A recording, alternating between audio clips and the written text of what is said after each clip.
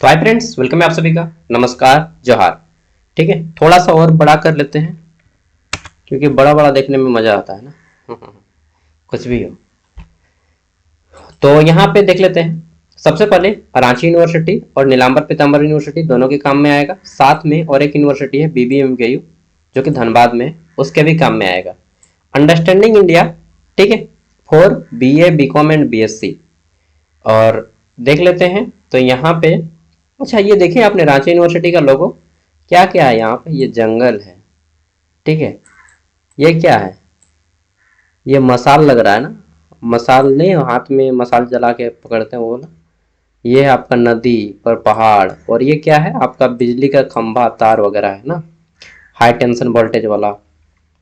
और रांची विश्वविद्यालय, और इनका मोटो क्या है, तेजस्वी और नवोदितमस्तु। इसका मतलब किसी को मालूम है तो बता दीजिएगा।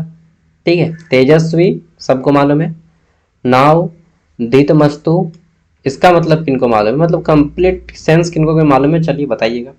रांची विश्वविद्यालय 1960 में बना था। और अभी हम लोग बात करने वाले हैं अंडरस्टैंडिंग इंडिया का पार्ट 12। कितना नंबर पार्ट, तो पार्ट नंबर 12। ठीक है, इसमें हम लोग अभी तक क्या क्या कर चुके हैं वो भी देख लेंगे। यह पार्ट हमारा 12 है और 50 क्वेश्चन करने वाले हैं हम लोग इसमें। ये आज हम लोग करेंगे यूनिट 3, मतलब यूनिट 3 का पार्ट 3 और पार्ट 4 को कंप्लीट कर देंगे। ठीक, फिर बचता है हमारा एक unit only, the making of contemporary India, यानी कि वर्तमान भारत का निर्माण। ठीक है, इसमें झारखंड का भी आपको पढ़ना पड़ेगा, बस ये एक यूनिट बच जाएगा। नहीं तो हम लोग कंप्लीट पूरा का पूरा 3 यूनिट कर लिए, बस एक यूनिट बचेगा। इसमें 7 वीडियो नहीं, इसको 5-6 वीडियो में हम कर देंगे। ठीक है, 5 वीडियो बनाएंगे, 7 टॉपिक है ना, लेकिन 5 वेडियो बनाएंगे इसमें। ठीक है, टोटल। अच्छा, ये 12 पार्ट हुआ ना, और फिर प्रीवियस ईयर का भी वीडियो आएगा 5। हाँ, 5 टोटल 20 वीडियो लाएंगे प्रीवियस ईयर मिला के। ठीक है, चलिए तो शुरू करते हैं, आगे बढ़ते हैं। सेमेस्टर 1 टाइमिंग कितना मिलेगा, 3 घंटा। 100 क्वेश्चन आएंगे इसमें, 50 क्वेश्चन अंडरस्टैंडिंग इंडिया से रहेगा और 50 क्वेश्चन जो आप चुने पार्ट बी में, या तो आप हेल्थ वेलनेस चुने होंगे या फिर ग्लोबल सिटीजनशिप, जो भी चुने होंगे उसका अलग से। अंडरस्टैंडिंग इंडिया जैसे ही कंप्लीट होता है, पार्ट बी हम आपको डेली देंगे। ठीक है, एक दिन ग्लोबल सिटीजनशिप का देंगे, एक दिन हेल्थ वेलनेस का, क्योंकि कुछ कुछ लोग अलग अलग रखे हैं ना। चलिए तो सेक्शन 3 शुरू करते हैं। इंडियन इकोनॉमी, भारत की अर्थव्यवस्था। ठीक है, थ्रो द एज। ठीक है, एग्रीकल्चर, कृषि, इंडस्ट्रीज के बारे में जानेंगे। ठीक है, फैक्ट्रियों के बारे में, और ट्रेड यानी कि व्यापार के बारे में 25 क्वेश्चन। हिंदी इंग्लिश दोनों में है। तो हमारा पहला क्वेश्चन है, वेद काल में लोगों का मुख्य व्यवसाय क्या था। इंग्लिश में जो कंफर्टेबल है वो लोग इंग्लिश को फॉलो कीजिएगा। Which was the main occupation of people in the वैदिक एज। तो राइट आंसर हो जाएगा एग्रीकल्चर। एग्रीकल्चर वैदिक एज में, ठीक है, चलता था।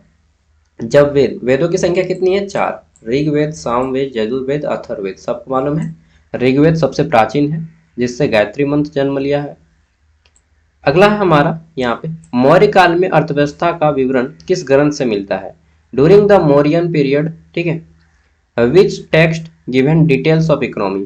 तो सबको मालूम है, अर्थशास्त्र के द्वारा लिखित चाणक्य, सॉरी, चाणक्य द्वारा लिखित ग्रंथ अर्थशास्त्र।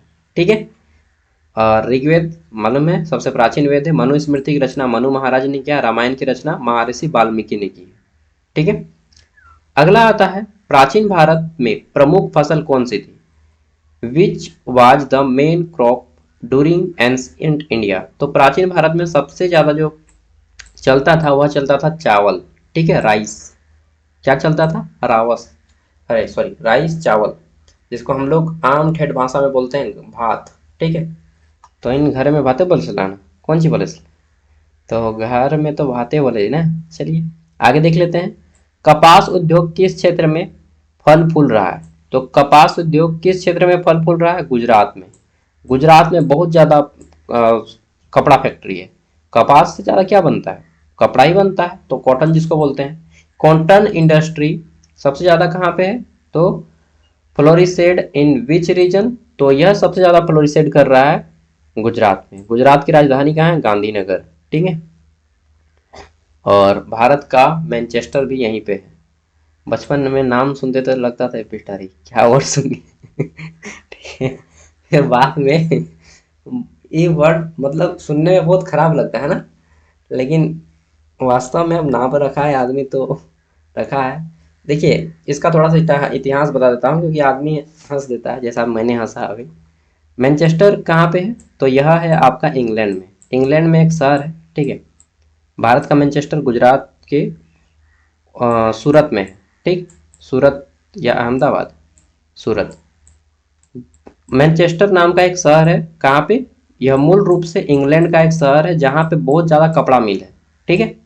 इंग्लैंड में एक शहर है मैनचेस्टर जहाँ पे बहुत ज़्यादा कपड़ा मिल है। तो इसीलिए भारत में सबसे ज़्यादा कपड़ा मिल आपको सूरत में देखने को मिलेगा और अहमदाबाद में, ठीक है। इसीलिए भारत का मैनचेस्टर सूरत को कहा जाता है। चलिए समझ गए, कपड़ा मिल है इंग्लैंड में एक जगह का नाम, इसीलिए भारत का मैनचेस्टर सूरत को कहा जाता है, क्योंकि यहाँ पर भी वैसा ही कपड़ा मिल है। चलिए नेक्स्ट अगला है हमारा, प्राचीन भारत में विदेशी व्यापार के लिए कौन सा बंदरगाह प्रसिद्ध था, ठीक है। विच port was famous in ancient India for foreign trade. तो देखिए प्राचीन भारत में लोथल नाम का एक बंदरगाह था। बंदरगाह मतलब शिपयार्ड, जहाँ पे शिप आके रुकता है। शिप मतलब जल जहाज, एक शिप मतलब होता है भेड़, एक शिप मतलब होता है जल जहाज। तो जल जहाज जहाँ आके रुकता है उसको हम लोग बंदरगाह बोलते हैं, शिपयार्ड बोलते हैं, कोस्ट बोलते हैं, ठीक है, तट बोलते हैं।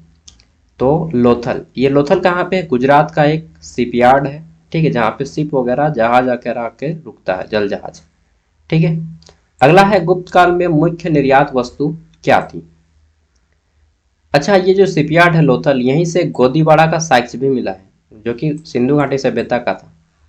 गुप्त काल में मुख्य निर्यात वस्तु क्या थी, यानी कि भारत के लोग गुप्त काल में क्या विदेशों में एक्सपोर्ट करते थे।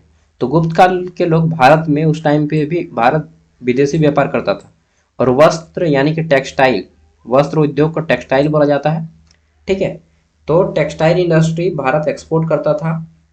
इसके अलावा भारत मसाला का भी एक्सपोर्ट करता है, मसाला, ठीक है। चलिए the main export item in Gupta period was, तो राइट आंसर हो जाएगा टेक्सटाइल यानी कि वस्त्र।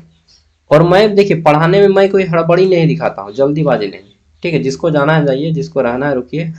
1 घंटा सोच के चलिए कि आप कॉलेज आए हैं पढ़ने के लिए, और 1 घंटा पढ़ाई करके ही जाएंगे, ठीक है। प्रोफेसर का लेक्चर चल रहा है, प्रोफेसर आपका दोस्त है मैं, ठीक है। चलिए प्रोफेसर वगैरह नहीं, बस दोस्त समझिए, ठीक है। प्राचीन भारत की अर्थव्यवस्था का अर्थव्यवस्था मुख्यतः कैसी थी। Ancient India economy was primarily किस टाइप की थी, तो प्राचीन भारत में जो अर्थव्यवस्था थी वह कृषि पे आधारित थी, ठीक है, एग्रीकल्चर बेस्ड थी। प्राइमरीली एग्रीकल्चर को दिया गया था। अगला है हमारा, किसने चांदी का सिक्का रुपये जारी किया, ठीक है। तो किस वंश ने चांदी का सिक्का रुपया जारी किया, शेरशाह सूरी, नाम सुने। शेरशाह सूरी का मकबरा सासाराम बिहार में, शेरशाह सूरी का मकबरा, ठीक है। यही शेरशाह सूरी, जिसे बचपन का नाम फरीद खान था, ठीक है, और काफी ज्यादा फेमस था यार। बाबर का बेटवा का क्या नाम था, हुमायूं, ठीक है। हुमायूं को भगा दिया था मार के, ठीक है। फिर शेरशाह सूरी की मौत होती है, उसके बाद हुमायूं भारत आता है। चलिए तो, और चौसा का युद्ध भी यही लड़ा था 1539 में, चौसा का युद्ध शेरशाह सूरी। चलिए आगे देख लेते हैं, अगला है हमारा, हाँ तो शेरशाह सूरी क्या किया, चांदी के सिक्के जारी किया।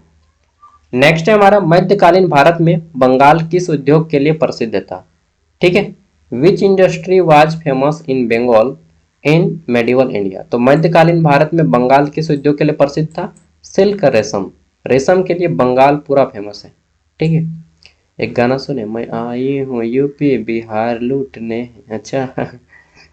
अगला आता है हमारा, मौर्य काल में भार और माप को कौन नियंत्रित करता था। तो देखिए भार और माप को जो नियंत्रित करता था, कंट्रोल करता था, उसका नाम क्या था, उसका नाम था समाहर्ता, ठीक है। Who regulate weight and measure in Maurya period. तो उसको जो है काम दिया गया था, उस व्यक्ति का नाम क्या था, उसके पद का नाम था समाहर्ता, ठीक है। क्या नाम था, समाहर्ता। और इस अभी हम लोग समाहर्ता किसको बोलते हैं मालूम है, समाहर्ता बोलते हैं डीसी को।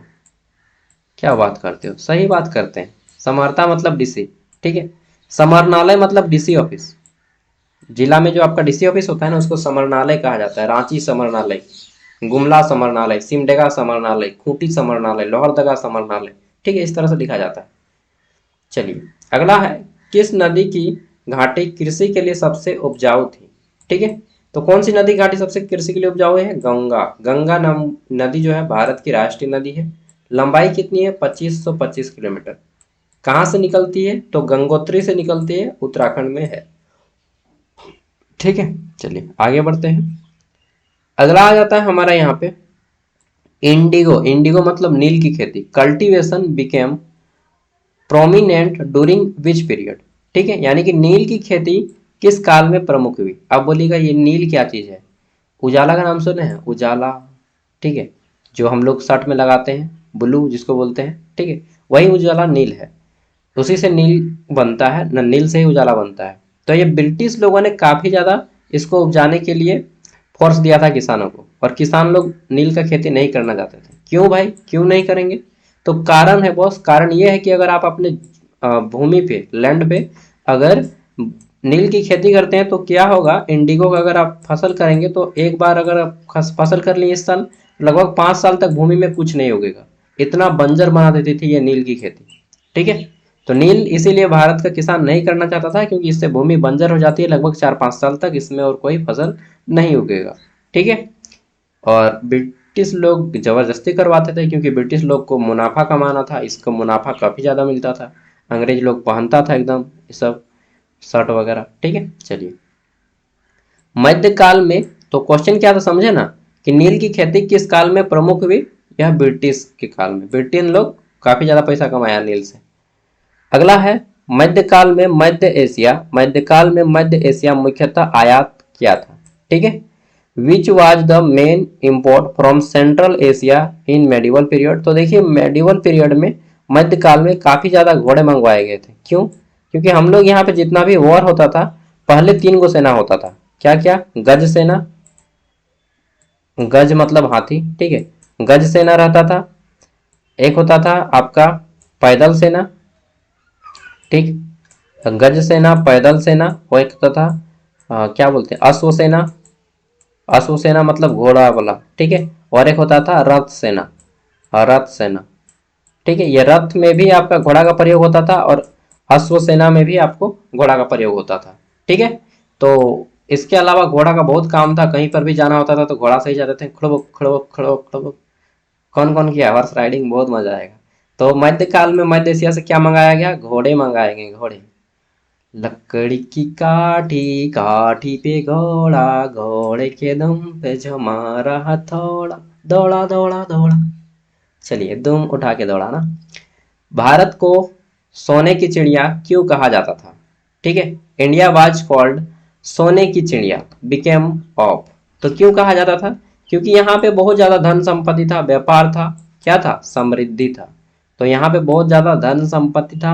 ठीक है, प्रोस्पेरिटी काफी ज्यादा था, मेन चीज यही है। और अगर आपको इनमें से दे दे, इनमें से सभी, तो इनमें से सभी ऑप्शन भी सही हो जाएगा। ठीक है, क्योंकि यहाँ पे सब कुछ पाया जाता था। बहुत बड़ा व्यापार था हम लोगों का, समृद्ध कृषि भी था, समृद्धि। अगर इनमें से सभी ना दे तो समृद्धि को टिक लगाएगा, और अगर इनमें से सभी दे दे तो इनमें से सभी टिक लगा दीजिएगा। ठीक है, 15 नंबर क्वेश्चन है हमारा कि भारतीयों द्वारा सबसे पहले किस धातु का प्रयोग किया गया? तो भारत के लोगों ने सबसे पहले तांबे धातु का प्रयोग किया। ठीक है, हम लोग का एक यहाँ पे ए जाता है, अगर आप इतिहास के स्टूडेंट होंगे तो, ताम्र पाषाण युग, नाम सुने? ताम्र पाषाण युग, हाँ, तो ताम्र पाषाण युग इंग्लिश में बोलते हैं कॉपर एज, जिस समय कॉपर की खोज होती है। तो प्राचीन काल में हमारे यहाँ पे कॉपर की खोज हो चुकी है, तांबा, ठीक है, कॉपर। चलिए, और Cu इसका सिंबल होता है। आगे देख लेते हैं। अगला आता है हमारा यहाँ पे, सड़कों द्वारा व्यापार को प्रोत्साहित करने वाला पहला शासक कौन था? ठीक है, यानी कि सड़क जो who is considered as the first ruler to promote trade by roads, यानी कि व्यापार करना है किसके माध्यम से? सड़कों के माध्यम से। सड़कों के द्वारा बिजनेस को करना है अपना। ठीक है, बिजनेस कहाँ पे कीजिएगा? कुआं में जाके नहीं, सड़क से, सड़क के माध्यम से व्यापार, इसको प्रोत्साहित किसने किया? सम्राट अशोक ने। ठीक है, जिसे भारत का सबसे महान राजा माना जाता है, ग्रेटेस्ट। ग्रेटेस्ट मतलब इससे महान राजा और कोई नहीं हुआ है, ठीक है। इसीलिए अशोक चक्र को भारत का राष्ट्रीय चिन्ह भी बनाया गया है।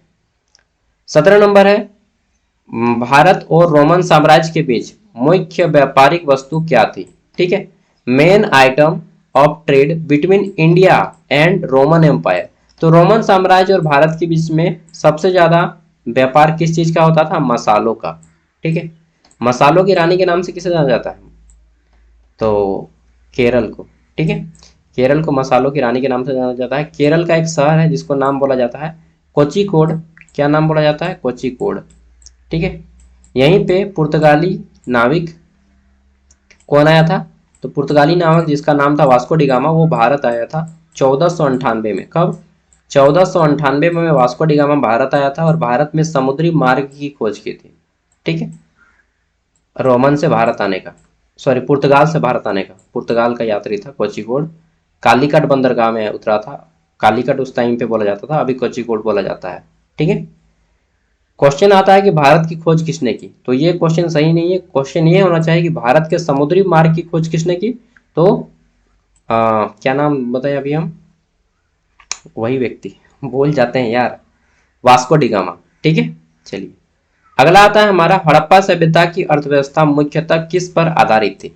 तो जो हड़प्पा सभ्यता के लोग थे कृषि को अपनाते थे। प्राचीन काल में कुछ भी करो, कृषि ही सबसे फेमस था। अगला है, गुप्त काल में मुख्य मुद्रा क्या थी? तो गुप्त काल में मुख्य मुद्रा क्या थी? सोने के सिक्के, ठीक है। गुप्त काल में किसके सिक्के चलाए जाते थे? सोने के सिक्के, गोल्ड कॉइन्स। अभी ये वो मिल जाएगा ना तो बम बम मोले हो जाएंगे ना। उसके बाद है आपका, भारत में सबसे पहले किस यूरोपीय शक्ति ने व्यापार स्थापित की? ठीक है। Which European power first established trade in India? तो अभी मैंने बताया वास्को डी गामा आया था, ठीक है। कौन सा आया था? पुर्तगाली नाविक वास्को डी गामा। अच्छा एक वो किस्सा मैं बता देता हूँ। पुर्तगाली नाविक जब वास्को डी गामा पुर्तगाल से आया तो लगभग 78 व्यक्ति इनके नाव पे आए थे। कितना? 78 को। और जो समुद्री रास्ता था भाई, आपको मालूम है, कभी ट्रेवल किए शिप में? मैंने भी नहीं किया, लेकिन सुना हूँ, पढ़ा हूँ। तो जब 78 व्यक्ति आ रहे थे समुद्र में, तो बीच में रास्ते में ही बहुत सारे लोग मर गए हैं बीमारी से, प्लेग वगैरह हो गया बहुत सारे, क्योंकि समुद्र में हवा चलते रहता है ना हमेशा, समुद्र का हवा, ठीक है। और यहाँ पे आपको खाने के लिए भी वैसा कुछ नहीं मिलता है, घूमने के लिए भी जगह नहीं रहता है, तो आते आते 2 महीना 3 महीना लग जाता है, समुद्र से पहले लगता था। तो 2-3 महीना के दरमियान ये 78 लोग, मात्र 27 को आदमी यहाँ पे पहुंचा था इंडिया। बीच में ही सारे लोग मर गए थे, फिर उन लोग को नदी में ही, समुद्र में ही फेंक दिया जाता था, ठीक है। तो समझ सकते हैं कितना डिफिकल्ट था। तो जिसमें से पुर्तगाली नाविक वास्को डी गामा इस दल का कैप्टन था, ठीक है। और वह कहाँ पे पहुंचता है? 1498 में पहुंचता है कालीकट बंदरगाह, ठीक है, जिसको वर्तमान नाम कोचिकोड के नाम से भी जानते हैं। कोचिकोड रेलवे स्टेशन भी है, केरल में पड़ता है, ठीक है। चलिए ये था हिस्ट्री। प्रोफेसर लोग नहीं बताया होगा आपको ना? कोई बताया था? चलिए मैं बताऊंगा यार, टेंशन मत लीजिए। अगला है हमारा, मध्यकालीन भारत में कौन सा उद्योग उदीयमान उद्योग था? मतलब कौन सा उद्योग सबसे ज्यादा जो है डेवलप कर रहा था, एक तरह से ग्रो कर रहा था? तो मध्यकालीन मेडिवल इंडिया में, ठीक है, which industry was known as sunrise industry in medieval India? तो देखिए उस टाइम पे जो है सनराइज इंडस्ट्री काफी ज्यादा बढ़ रहा था। और सनराइज मतलब शिप बिल्डिंग, जहाज का निर्माण शुरू किया गया। और किसके द्वारा? तो लकड़ी के द्वारा, ठीक है। सागवान का नाम सुने हैं ना, पलंग सागवान के जहाज सागवान के होना चाहिए गाना, ठीक है। तो इन लोग निकाल दिया पलंग सागवान। चलिए सागवान की लकड़ी से काफी ज्यादा जहाज बनाए जाते हैं। अगला है, भारत से यूरोप में किस मसाले की सबसे ज्यादा मांग थी? तो काली मिर्च की। काली मिर्च मतलब गोलकी, खाए ना गोलकी, गोल गोल जो नहीं रहता, काला काला, ठीक है, ब्लैक पेपर जिसको बोला जाता है, बस वही वाला गोलकी, ठीक है। सबसे ज्यादा काली मिर्च भारत से ले जाया जाता था। और उन लोग, हम लोग को क्या देता था उसके बदले? उसके बदले मुद्रा देता था, मानिक देता था, हीरे देते थे, मोती देते थे, नचनी देता था। क्या बोले? नचनी, हाँ हाँ भाई नचनी देता था, ठीक है, डांसर। चलो नृतंगना। आगे देख लेते हैं नेक्स्ट। अगला आता है हमारे यहाँ पे, और इसके अलावा दास भी देते थे। पहले दास प्रथा चलता था, आपको मालूम है? हाँ, तो दास भी देते थे इसके बदले। अगला आ जाता है हमारा यहाँ पे, कश्मीर में रेशम व्यापारियों को किस शासक ने बढ़ावा दिया? तो कश्मीर में रेशम व्यापारियों को जैन उल आबिदीन ने बढ़ावा दिया। कश्मीर में रेशम का व्यापार किया जाता था, ठीक है। और रेशम के व्यापारियों को किस राजा ने, किस शासक ने बढ़ावा दिया? तो जैन उल आबिदीन। देखिए कश्मीर एक जो है ना इस्लाम पॉपुलेटेड एरिया है, तो वहां पे आपको कश्मीर से अक्सर क्वेश्चन आएगा, तो आप इस्लाम वगैरह जो रहेंगे उसी को टिक लगाइएगा। ठीक है, चलिए आगे देख लेते हैं। अगला आता है हमारा, भारतीय हस्तशिल्प का पतन सबसे अधिक किस शासन में हुआ? तो भारतीय हस्तशिल्प का जो पतन है सबसे ज्यादा, हस्तशिल्प मतलब हाथ से किया जाने वाला, ठीक है, इंडियन हैंडीक्राफ्ट जिसको बोलते हैं, हाथ से बनाने वाला handicraft, decline most during which rule? तो यहाँ पे हो जाएगा ब्रिटिश रूल के टाइम में, ठीक है, ब्रिटिश शासन के समय। ठीक है, आगे देख लेते हैं। नेक्स्ट अगला आता है हमारा यहाँ पे, भारत में पुर्तगालियों ने कौन सी फसल शुरू की? तो भारत में पुर्तगालियों ने कौन सी फसल शुरू किया? मक्का। मक्का हम लोग का देश का नहीं है, ये पुर्तगाली लोग आया और बोला कि लो रे बेटा भुट्टा खाओ, भुट्टा, मक्का जोंडरा, ठीक है, लावा, यही ना बोलते हैं हम लोग। तो ये मक्का खाना शुरू किए, भुट्टा खाना शुरू किए, किन्होंने सिखाया? यही पुर्तगाली लोगों ने सिखाया। ठीक है, इसके अलावा तंबाकू भी ये लोगों ने ही सिखाया, नहीं तो भारत का खैनी नहीं खाता था। खैनी खाते हैं ना, कौन कौन खाते हैं? तनी खैनियों खा लो थी कभी कभी ना मैं नहीं खाता हूँ, एक बार ट्राई किया था, उल्टी हो गया था। ठीक है, तो तमकुर खैनी सब यही लोग सिखाया हम लोग को। हम लोग इन लोग को किताब दिए पढ़ने के लिए, बुद्ध का ग्रंथ दिए, इन लोग को मसाला खिलाए और इन लोग हम लोग को खिला रहा है मक्का खिलाया। ठीक है, नाच दिखाना सिखा दिया, नचनी, ये और क्या क्या सिखा दिया। तो हम लोगों को तमखुर खाना सिखा दिया कि खाओ बेटा, चाय पियो चाय, तो यही सब सिखा दिया। और हम लोग को शुगर तो ये तो फलना तो बीमारी वगैरह होने लगा। यहाँ से हमारा यूनिट 3 खत्म होता है, अब यूनिट 4 आता है जिसमें हम लोग पढ़ते हैं directive principle, fundamental rights and duties. ये आपका कॉन्स्टिट्यूशन से अब संबंधित है। अब थोड़ा सा आपको पॉलिटिकल साइंस का टॉपिक पढ़ना है। डायरेक्टिव प्रिंसिपल्स, ठीक है, फंडामेंटल राइट्स यानी कि मौलिक अधिकार, और फंडामेंटल ड्यूटीज यानी कि मौलिक कर्तव्य, और डायरेक्टिव प्रिंसिपल मतलब नीति निर्देशक सिद्धांत। ठीक है, तो पहला क्वेश्चन है हमारा, fundamental rights are mentioned in which part of the constitution? तो भारत के जो मौलिक अधिकार है संविधान के किस भाग में दिया गया है? सबसे पहले यह समझिए कि भारत का संविधान कब बना? तो 26 नवंबर, ठीक, 1949 के बन को रेडी हो गया संविधान, 26 नवंबर। ठीक है, एनओबी मैं कर देता हूँ, एनओबी। अच्छा, बहुत से लोग बोलते हैं कि डिजिटल बोर्ड ले लीजिए सागर भैया। अरे भाई, मोबाइल लेने का पैसा नहीं है यार, डिजिटल लेने का बात बोलते हैं, 1 लाख रुपया लगता है। सच में मेरा मोबाइल हीट हो जाता है, हैंग करने लगता है, फिर भी चला रहा हूँ उसको।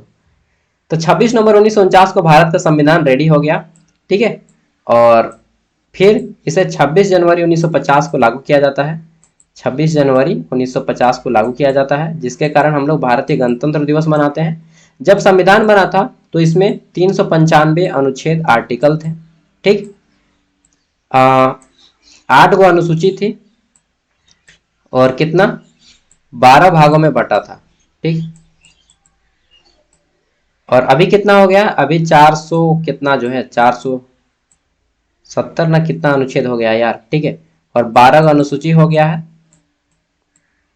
और ये कितना हो गया है एक बार देख लीजिएगा आप लोग। ठीक है, तो 395 अनुच्छेद थे उस टाइम पे, हम लोग को मेनली यही ध्यान देना है। ठीक है, 395 अनुच्छेद, 8 अनुसूची था, और 12 को भाग था। ठीक है, तो अभी आई थिंक 15 को पार्ट हो गया है। ठीक है, कितना, 15 शायद पार्ट हो गया। ठीक है, तो पार्ट 1, पार्ट 2, पार्ट 3, वही चीज पूछा रहा है कि मौलिक अधिकार संविधान के किस भाग में दिए गए हैं। ठीक है, तो 12 को भाग था ना, तो इसमें से भाग 3 में दिया गया है। अब बोलिएगा भाग 1 में क्या दिया गया है? तो एक बार जान लीजिए, जो संविधान का भाग 1 है, 12 को भाग था, इसमें से पहले भाग में दिया गया है, क्या दिया गया? तो सबसे पहले तो ये संविधान है, संविधान को पहले भाग में बांटा गया। ठीक है, कि भाई 12 भाग में इसको बांट दो, बहुत बड़ा संविधान है तो पढ़ने के लिए बांट दो 12 को भाग में। ठीक है, तो भाग 1, इसमें फिर आपका आता है क्या? तो इसमें राज्य और संघ क्षेत्र के बारे में बताया गया कि भारत के राज्य और संघ क्षेत्र का जितना भी कामकाज है भाग 1 में।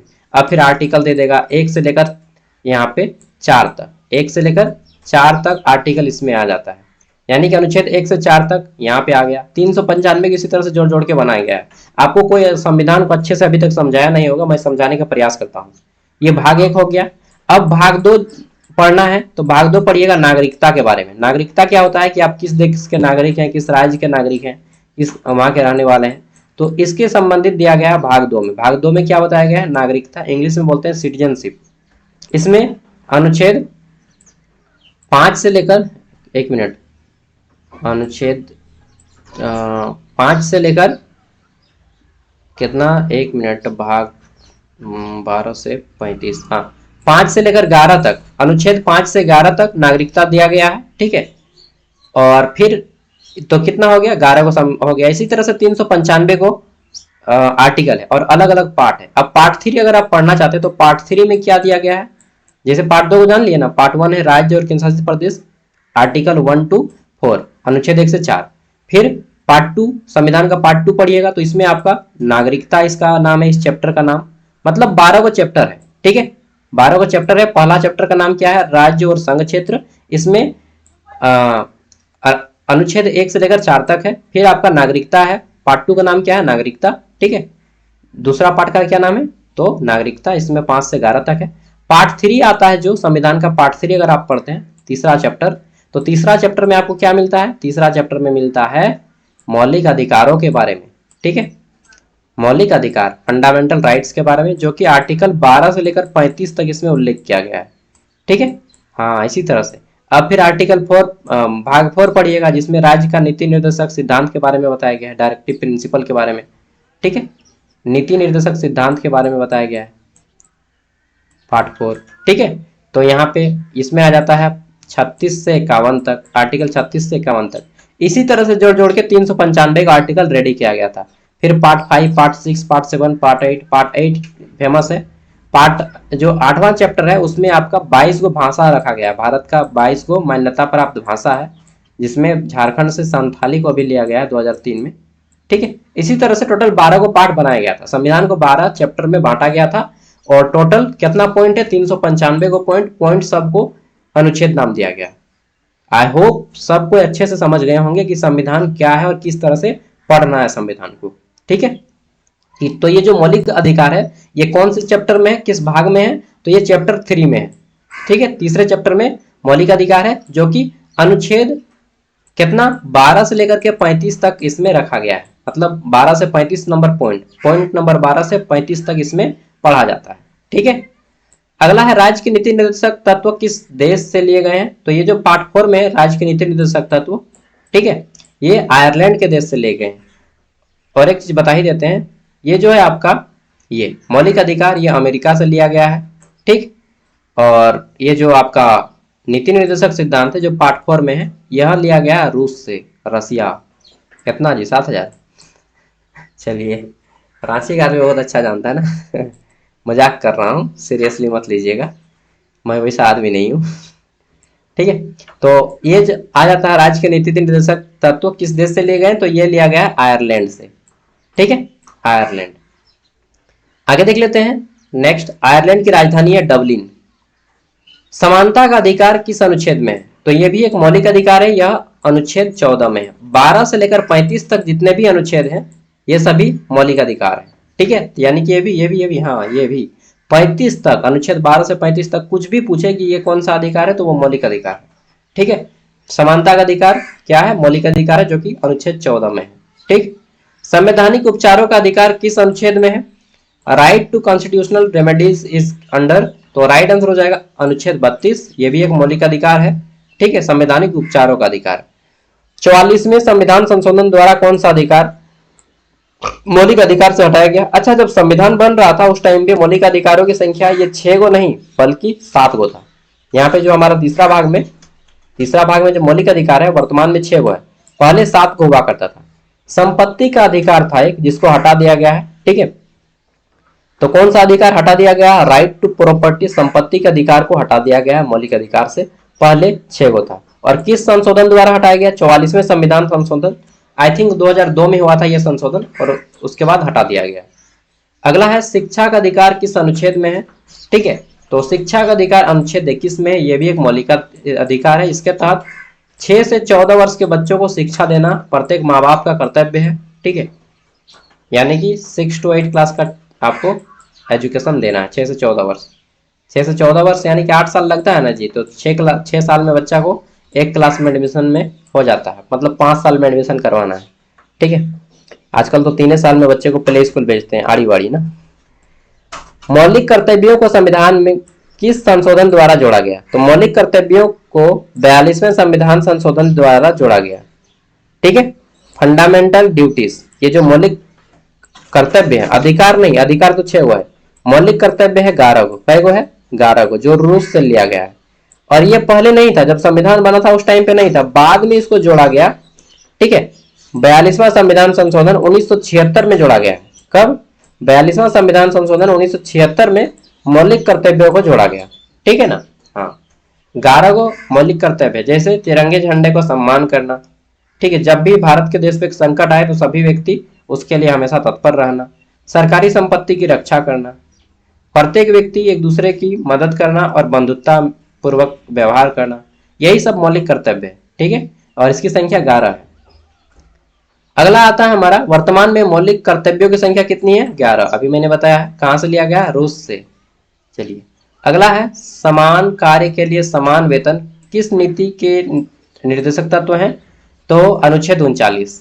तो यह क्या मौलिक अधिकार है? नहीं, मैंने क्या बताया था, अनुच्छेद 12 से 35 तक जो भी आएगा वो मौलिक अधिकार होगा, 36 से 51 तक जो आएगा वो नीति निर्देशक सिद्धांत होगा। ये नीति निर्देशक सिद्धांत क्या है? एक प्रकार का सिद्धांत है, एक प्रकार का कानून है जो प्रत्येक राज्य को लागू करना होता है। ठीक है, ये राज्य सरकार लागू करती है नीति निर्देशक सिद्धांत। संविधान बोलता है कि राज्य सरकार आपको ये सारी चीजें देगा। ठीक है, अगर नहीं देगा तो जाके कोर्ट केस कीजिए स्टेट गवर्नमेंट के ऊपर। ठीक है, कोर्ट उस पर एक्शन लेगी। तो ये 36 से 51 में आता है, यानी कि यह क्या है? नीति निर्देशक सिद्धांत है। समान कार्य के बदले समान वेतन, यह किसके अंतर्गत आता है? नीति निर्देशक सिद्धांत पार्ट 4 में आता है, और मौलिक अधिकार पार्ट 3 है।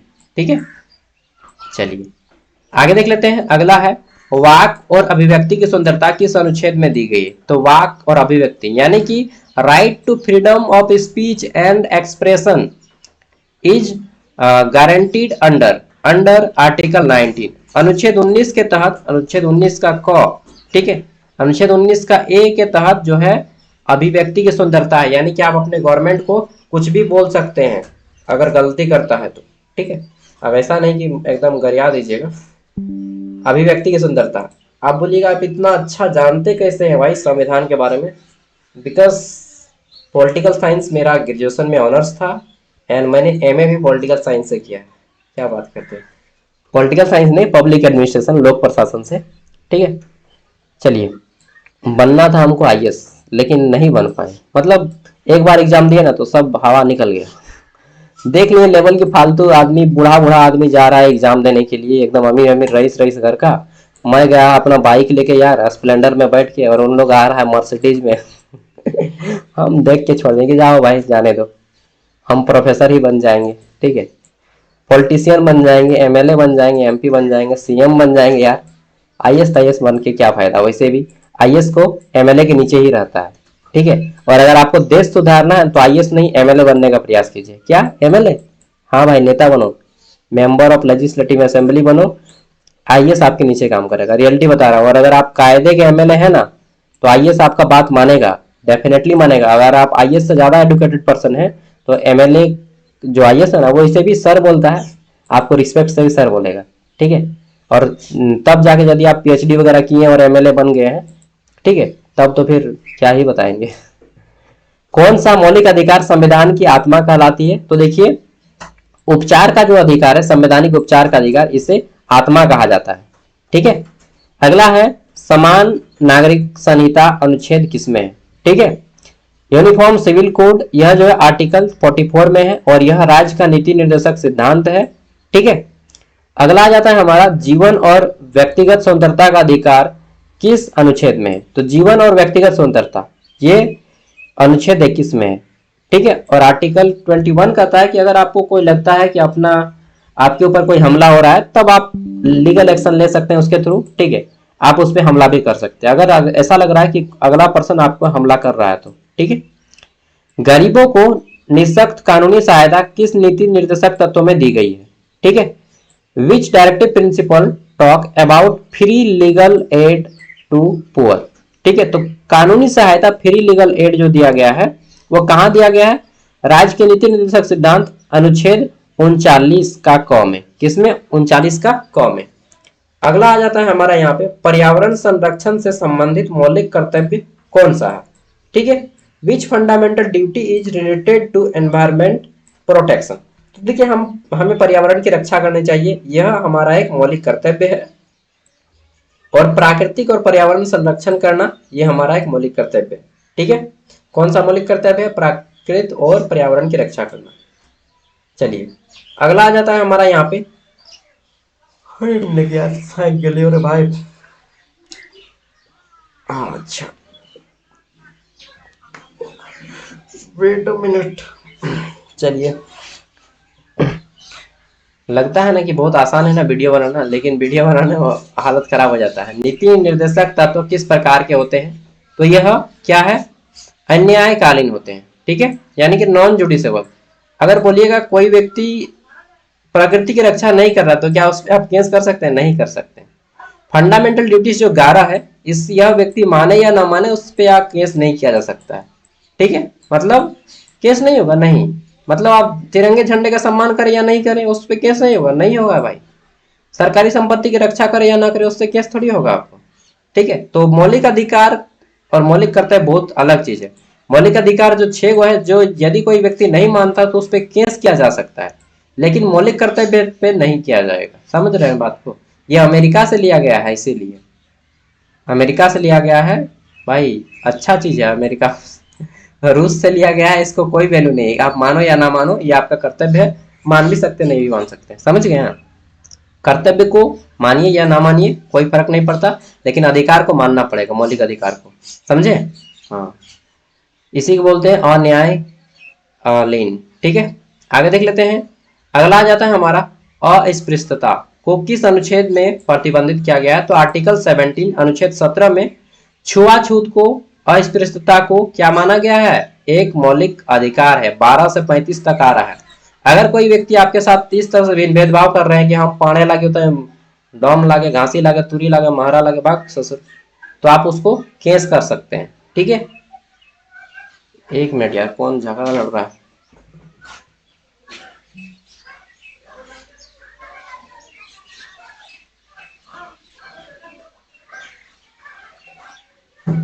चलिए, गांव घर में तो होते रहता है लड़ाई ना, और लड़ाई होगा तो आदमी एकदम पूरा भीड़ जमा देगा।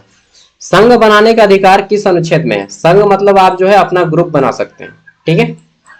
Right to form association is guaranteed under. तो देखिए फॉर्म संघ बनाने का अधिकार जो है अनुच्छेद 19 का ग में दिया गया है। एक का ग, आप बोलिए अनुच्छेद 19 का क में तो अभिव्यक्ति की स्वतंत्रता है। हाँ, अभिव्यक्ति की स्वतंत्रता भी है, और आपको संघ बनाने का अधिकार है, मतलब आप अपना ग्रुप बना सकते हैं, ठीक है।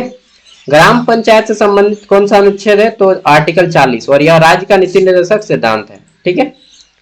अगला आ जाता है मौलिक अधिकारों को कौन लागू करवा सकता है? तो सुप्रीम कोर्ट लागू करवा सकता है भाई, ठीक है।